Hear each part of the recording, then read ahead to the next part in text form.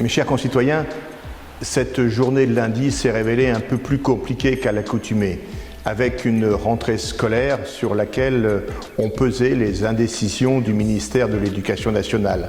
Entre une rentrée prévue le lundi à 10h, puis le mardi, puis le lundi à 10h, puis à 8h30, difficile de s'y retrouver. Nous avons, nous, maintenu la rentrée à 8h30 pour simplement répondre aux besoins des familles, aux besoins de nos concitoyens. J'étais d'ailleurs présent dans mon école primaire, à l'école de la rue Clémenceau, pour évoquer avec les enfants l'importance de l'éducation, l'importance du professeur, celui qui m'a appris, qui m'a fait découvrir, aimer l'histoire, comme on nous amène aujourd'hui à aimer l'histoire.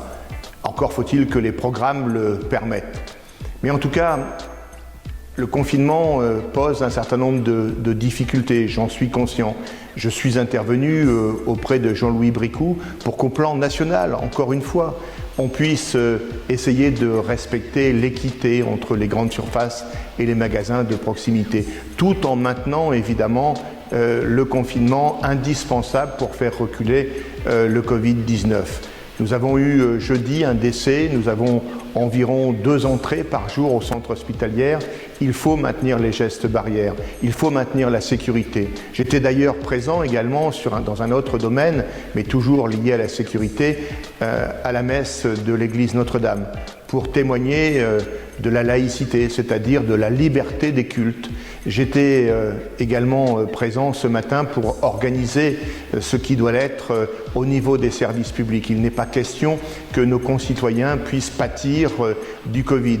Alors je sais que l'équilibre est difficile entre ce qu'il faut préserver, ménager en termes de santé publique et puis des services publics qui sont plus que jamais indispensables, comme depuis la fermeture du foyer-restaurant Raymond Mahoudeau, eh bien nous avons eu ce lundi 160 repas portés à domicile et les agents des services publics qui portent ces plateaux repas également rendent des services divers et variés, poster du courrier, photographier des ordonnances pour que les pharmaciens puissent justement être en capacité de porter les médicaments à domicile.